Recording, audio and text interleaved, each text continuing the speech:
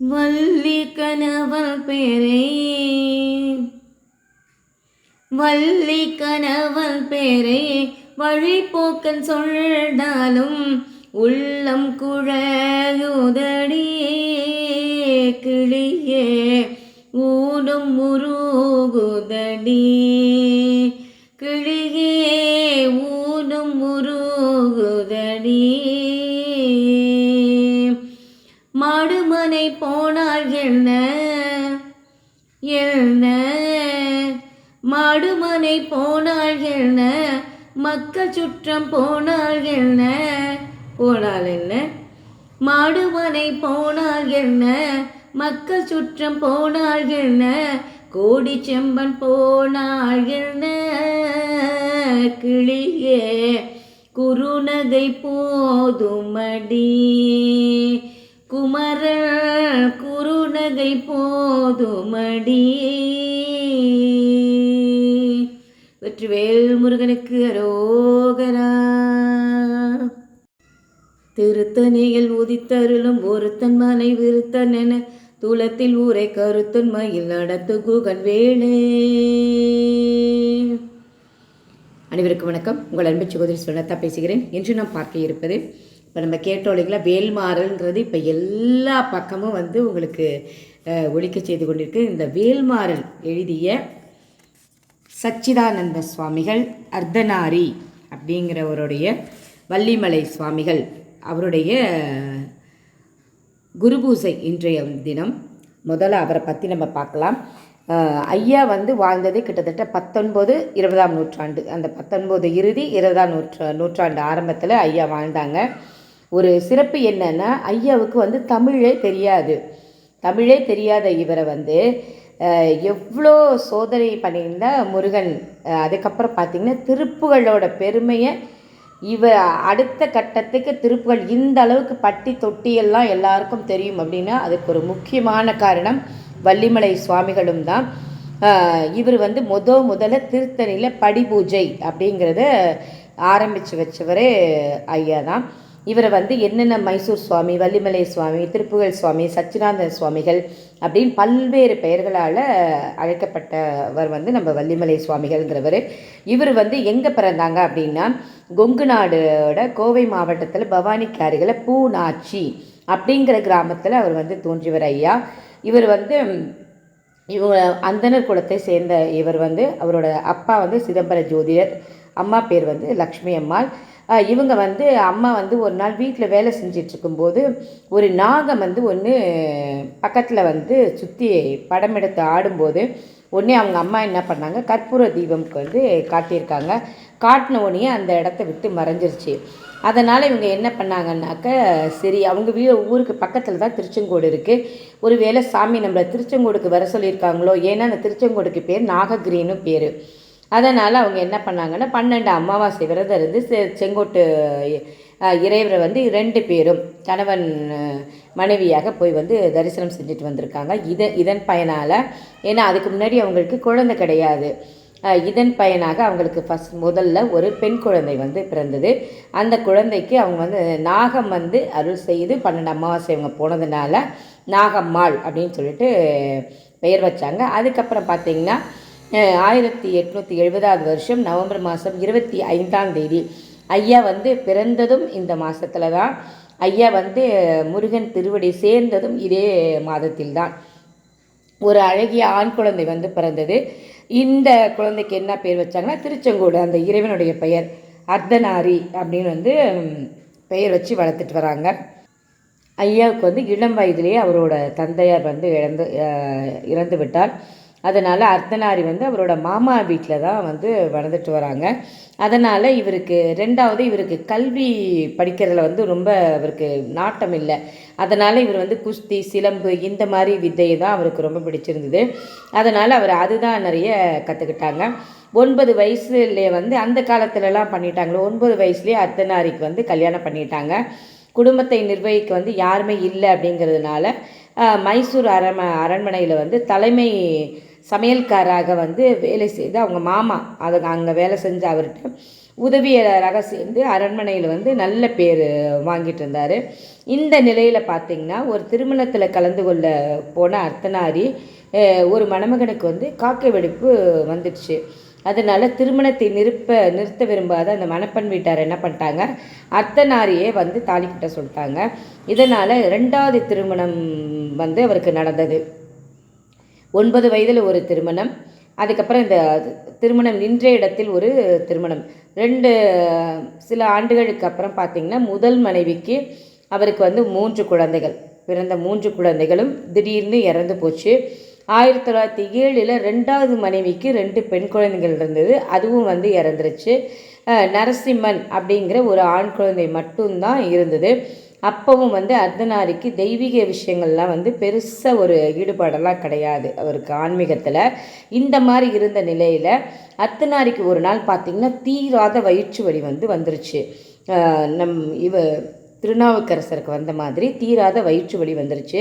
அப்போ பார்த்திங்கன்னா இப்போ என்னென்னவோ மருத்துவம் எல்லாம் பார்த்துட்டாங்க, எதுவுமே பலனே இல்லை. அப்புறம் வந்து ஒரு அறிஞர் ஒருத்தர் வந்து பழனிக்கு நீ குடும்பத்தோட நீ போ அப்படின்னு சொல்லியிருக்காங்க. அதனால் பழனிக்கு போயிட்டு அங்கே தங்கியிருந்து அந்த அபிஷேக தீர்த்தத்தெல்லாம் எடுத்துகிட்டு வந்து அந்த இறைவனுக்கு என்ன பண்ண டெய்லி பூக்கள் வந்து சேகரிக்கிறது, இறைவனோட அபிஷேகத்துக்கு தண்ணி கொண்டு போய் குடிக்கிறது, இந்த மாதிரி வந்து இந்த தம்பதிகள் வந்து ஈடுபட்டு இருக்கும் காலத்தில் நாள்தோறும் பழனி ஆண்டவருக்குடைய அந்த அபிஷேகம் இருக்குது இல்லைங்களா, அந்த பாலையே பிரசாதத்தை சாப்பிட்டு வந்திருக்காங்க. இது மாதிரி ஒரு மண்டலம் வந்து ஐயா விரதம் இருந்திருக்காரு. அப்படி இருந்த அர்த்தநாரி தங்கிட்டேயே சரணாகதி அடைந்துட்டார் அப்படின்னு எண்ணிய அந்த பழனி முருகன் என்ன பண்ணாங்க, வைத்தியர்களாலேயே தீர்க்க முடியாத அந்த வயிற்று நோயை வந்து அவரோட கருணையால் தீர்த்துட்டார். ஏன்னா அங்கேயே இருந்து 48 நாள் பார்த்திங்கன்னா சாமி அபிஷேகம், இந்த சுவாமிக்கு அபிஷேகம் பண்ண பால் மட்டும்தான் வந்து ஐயா அறிந்திருக்காங்க. அது மாதிரி இறைவனுக்கு அவர் பணிவிடை செஞ்சுட்டு அங்கேயே இருக்கிறாரு. அப்போ ஒரு சமயம் பார்த்திங்கன்னா மதுரை மீனாட்சி கோயிலில் உள்ள ஒரு தேவதாசி ஒருத்தங்க வந்து பழனிக்கு வந்து வங்கார மார்பிழனி அப்படிங்கிற ஒரு திருப்புகளை வந்து அவங்க பாடியிருக்காங்க. ஆண்டவன் சன்னதிக்கு முன்னாடி அவங்க பாடியிருக்காங்க, பாடி ஆடியும் இருக்காங்க. இதை பார்த்த அர்த்தநாரிக்கு வந்து அப்படியே மெய் சிலிச்சு அப்படியே கண்ணீர் வந்துருச்சு. இது என்ன பாடல், இது என்ன பாடினாங்க, இந்த பாடலை கேட்டோடனே ஏன் எனக்கு இப்படி ஆகுது அப்படிங்கிறத வந்து அவருக்கு தெரிஞ்சு உடனே நாமளும் வந்து இந்த திருப்புகழை பாடணும், முருகனை பாடி வணங்கணும் அப்படின்னு சொல்லி ஒரு ஆசை வந்துருச்சு அவருக்கு. அப்பா ஆனால் அவருக்கு வயசு என்னென்னா 42. ஆனால் அவருக்கு தமிழ் மொழி வந்து பெருசாக படிக்க தெரியாது, எதுவுமே தெரியாது அவருக்கு. ஆனால் எப்படியாவது இந்த திருப்புகளை நம்ம கற்றுக்கணும், பாடணும் அப்படின்னு சொல்லிட்டு உடனே அவர் என்ன பண்ணிட்டாரு, பழனியிலேருந்து திருவண்ணாமலைக்கு சொல்லி பழனி ஆண்டவரோட உத்தரவு கிடைத்ததன் பேரில் அவர் வந்து பழனிலேருந்து கிளம்பி தமிழ்நாடு, இலங்கை இங்கெல்லாம் நிறைய தலத்துக்கெல்லாம் போயிட்டு 1912 டிசம்பர் மாதம் என்ன பண்ணுறாரு, திருவண்ணாமலைக்கு அவர் வராரு. அங்கே ரமண மகரிஷி அவர் மேலே ரொம்ப பற்று கொண்டு அவர்கிட்ட ஆசைப்பட்டு அங்கேயே கொஞ்ச நாள் தங்கியிருக்காரு. அதுக்கப்புறம் என்னென்னா 4 வருஷங்கள் என்ன பண்ணுறாரு, வட இந்தியா முழுவதும் பயணம் செய்து திருப்பி திருவண்ணாமலைக்கே வராங்க. அப்போ வந்து சேஷாத்ரி சுவாமிகளோட ஆசையும் அவருக்கு வந்து கிடைக்கிது. அப்போ சேஷாத்ரி சுவாமிகள் என்ன சொல்கிறாரு, வள்ளிமலைக்கு போய் நீ தவம் செய் அப்படின்னு சொல்கிறாரு. நீ போய் தவம் செய், நான் அங்கே வர்றேன் அப்படின்னு சேஷாத்ரி சுவாமிகள் வந்து சொல்லி அவரை வந்து வள்ளிமலைக்கு அனுப்புகிறாங்க. 1916ஆம் ஆண்டு பார்த்திங்கன்னா வள்ளிமலைக்கு போன அர்த்தநாரி வள்ளிமலையில் உள்ள பர்வதராஜன் குன்று அப்படிங்கிற ஒரு இடத்த வந்து அவருக்கு தவம் செய்கிறதுக்கான ஒரு நல்ல இடமாக தேர்ந்தெடுத்துக்கிட்டாரு. 1916ஆம் ஆண்டு என்ன பண்ணார், ஜூன் மாதம் கொஞ்ச நாள் மலையில் இருந்துட்டு அப்புறம் வந்து திருப்பி மீண்டும் வந்து அவரோட அந்த புனித பயணம்லாம் போயிட்டு அப்புறம் கொஞ்ச நாள் வந்து சென்னையில் வந்து திருப்புகழை வந்து பாடி எல்லாருக்கும் சொல்லி கொடுத்துட்ருந்தார். இவர் திருப்புகழ் கற்றுக்கிட்டது பார்த்தா ஒரு சின்ன குழந்தைகிட்ட தான் ஒரு 8-9 வயசு பையன்கிட்ட தான் வந்து ஐயா வந்து தமிழ் கற்றுக்கிட்டு திருப்புகழ் பாடி பழகிட்டாங்க. திருப்புகழ் சபை நிறைய இடத்துல இது மாதிரி பாடிட்டுருக்காங்க. அப்போ மைசூர்லேருந்து பழனி சேர்ந்த காலத்தில் இவர் வந்து மைசூர் சுவாமிகள், ஏன்னா மைசூரில் கொஞ்ச நாள் இருந்ததுனால இவர் மைசூர் சுவாமிகள்னு சொல்லுவாங்க.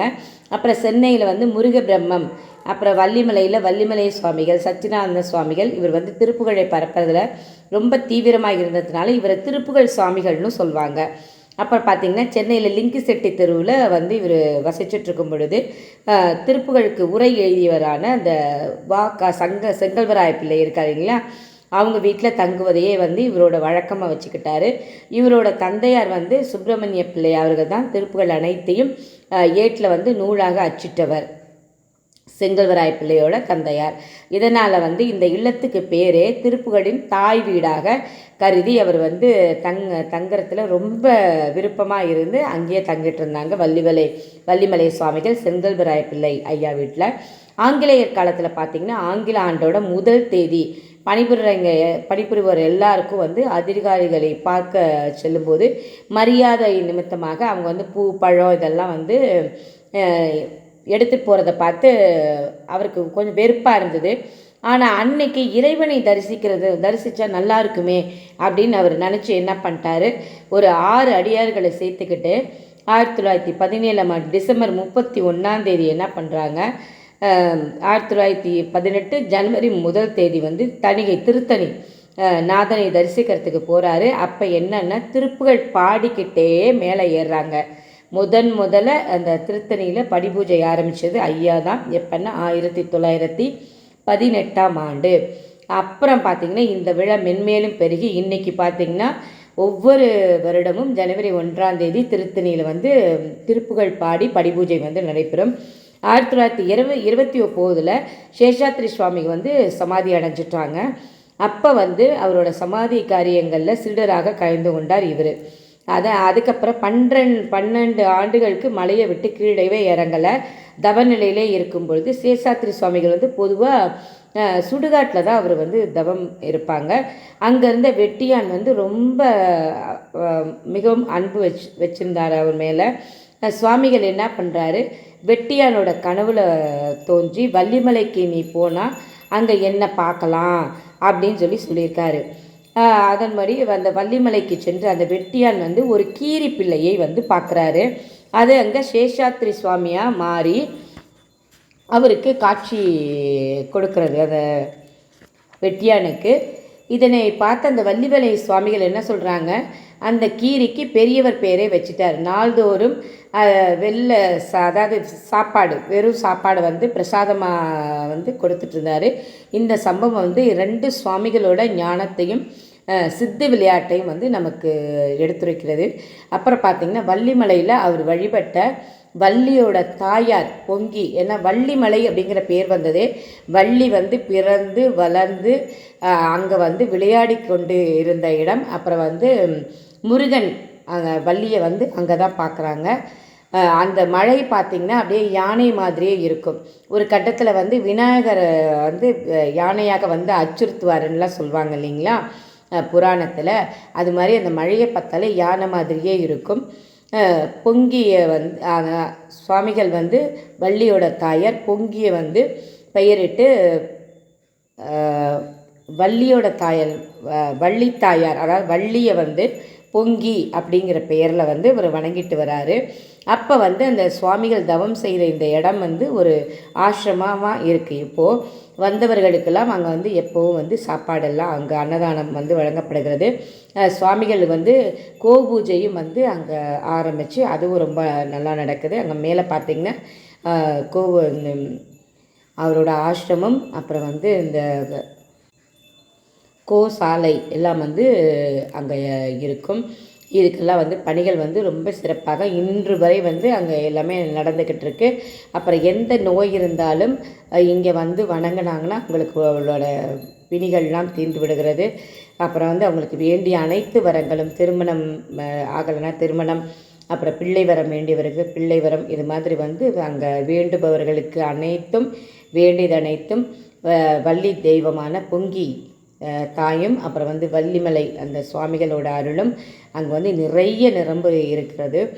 1940 தான் ஐயா வந்து மழையை விட்டு இறங்கி திருத்தணி ஆண்டவனை தரிசிக்கிறதுக்காக அவர் வந்து போனார். அப்புறம் வந்து சுமார் 10 ஆண்டுகள் வந்ததுக்கப்புறம் 10 ஆண்டுகள் வள்ளிமலையிலையும் சென்னையிலும் மாறி மாறி வசித்து வந்துட்டு வட திருமுல்லை வாயிலில் பொங்கி அப்படிங்கிற வைஷ்ணவியை வந்து சுவாமிகள் வந்து நிறுவுகிறாங்க. 1950 ரமண மகரிஷி வந்து மகா சமாதியானார். தமக்கு ஆசி வழங்கிய சேஷாத்ரியும் ரமணரும் மறைந்த பிறகு தாமும் அவர்களுடன் சேர வேண்டும் அப்படின்னு நினச்சிட்டு சமாதி அடைய விரும்பி 1950 நவம்பர் 2ஆம் தேதி மகாசமாதி அடைந்தார். 2ஆம் தேதியில் 22ஆம் தேதி வள்ளிமலையில் எந்த குகையில் அவர் நீண்ட நாட்கள் அவர் தவம் செய்து திருப்புகள் பாடி காலம் கழித்தாரோ அதே குகையில் அவரது திருமேனி சமாதி செய்யப்பட்டுள்ளது. சுவாமிகள் மறைந்தாலும் அவரோட அருள் என்னைக்கும் வரும் அனைத்து அடியார்களுக்கும் துணையாகவே இன்றும் இருக்கிறது. நவம்பர் 22, 1950 ஐயாவுடைய மகா சமாதி அடைந்த நாள். இந்த நல்ல நாளில் நாம் வள்ளிமலை சுவாமிகளை பற்றிய ஒரு சிறு நினைவடைகளை சிந்தித்தோம். இதை கேட்டுற்ற அனைவரும் எனது நெஞ்சார்ந்த நன்றிகள். என்றும் முறைப்பணியில் உங்கள் அன்பு சகோதரி ஸ்பன்னடத்தா. திருச்சிற்றம்பலம். வெற்றிவேல் முருகனுக்கு அரோகரா. வள்ளிமலை சுவாமிகளுக்கு அரோகரா.